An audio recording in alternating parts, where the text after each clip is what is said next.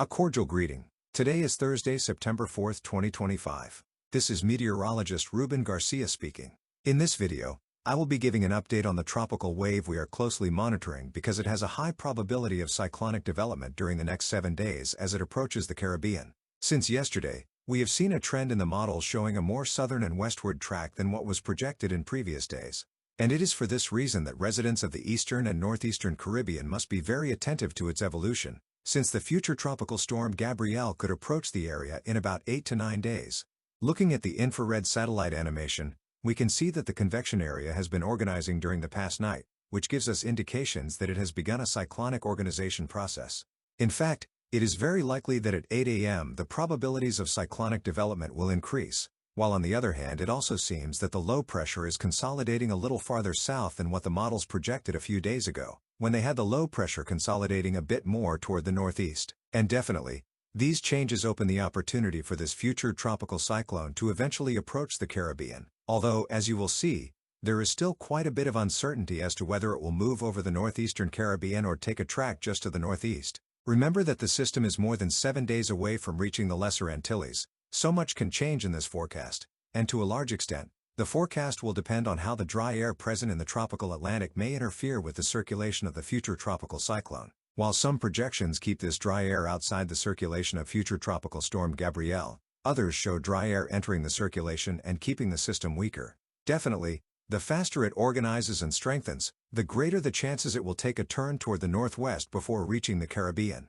However, if it remains weaker than projected, it could travel farther west. At least as of 2 a.m., the National Hurricane Center maintains a 40% probability of development during the next 48 hours and an 80% probability of development during the next 7 days. Also, notice that since yesterday, the area of possible cyclonic development has shrunk considerably because we now have better consensus that it will be moving west and west-northwest. As the tropical wave slowly moves through the tropical Atlantic, notice that it will be moving over ocean surface temperatures that increase as it approaches the Caribbean.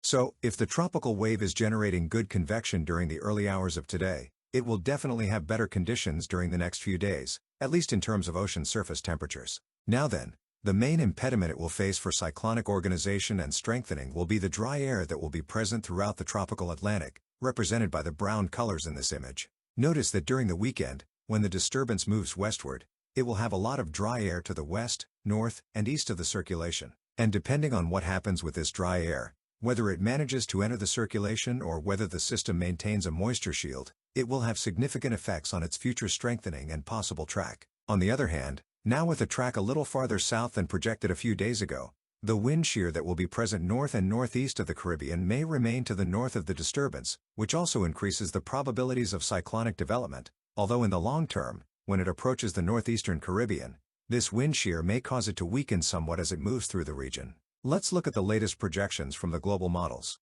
Let's begin with the American model.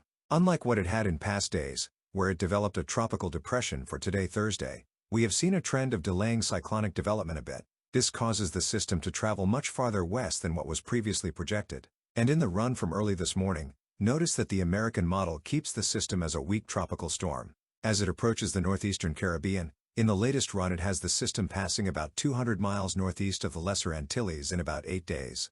Now then, this is the early morning run, but notice that in previous runs the model showed a powerful Category 2 or Category 3 hurricane, largely because there is still uncertainty about how much the dry air will affect the circulation of future Tropical Storm Gabrielle. And yesterday we did see some important changes where previously the model showed a track extremely far from the Caribbean, but in the most recent runs it increasingly shows a track closer to the Caribbean. Now the American model's projection is quite similar to that of the European model. It is not until Sunday night that it perhaps develops a tropical depression and maintains a rather southern track. And as it approaches the Lesser Antilles, the European model strengthens the system into a Category 1 or Category 2 hurricane as it affects the northern Lesser Antilles and approaches Puerto Rico and the Virgin Islands dangerously. And although the two best models in general agree on tracks, at the moment the big difference is that the American model has a tropical storm, while the European model continues showing a significant hurricane. Meanwhile, we have other scenarios that are also possible, like what the German model shows. In this case, it strengthens the system quite quickly, which causes it to gain latitude before approaching the Lesser Antilles. Meanwhile, the United Kingdom model continues with a much weaker system, perhaps a tropical depression or weak tropical storm, but moving over the northeastern Caribbean by mid-next week. So, among the 4 best global models, we can conclude that there is better consensus that it could approach the Caribbean, although we still don't know if it will move over the Lesser Antilles and Puerto Rico or if it will pass just to the northeast of the Caribbean. Something very curious is that the ensemble members of the European model and the American model do not match the projection of the operational model. For example, the ensemble members of the European model, in their great majority, still continue showing that it could take a turn toward the northwest before reaching the Caribbean, and about 20 to 30% of them maintain that track over the Lesser Antilles and Puerto Rico. So until the members of the European model show better consensus, we will have great uncertainty about whether it will really maintain that track toward the Caribbean. We see the same with the ensemble members of the American model. In fact, notice that all of them maintain a track toward the northwest before reaching the Caribbean, unlike the operational model solution, which is much farther west. Meanwhile, Google's artificial intelligence models continue to be very insistent that the system may remain quite weak and eventually enter the eastern Caribbean as a tropical depression or weak tropical storm.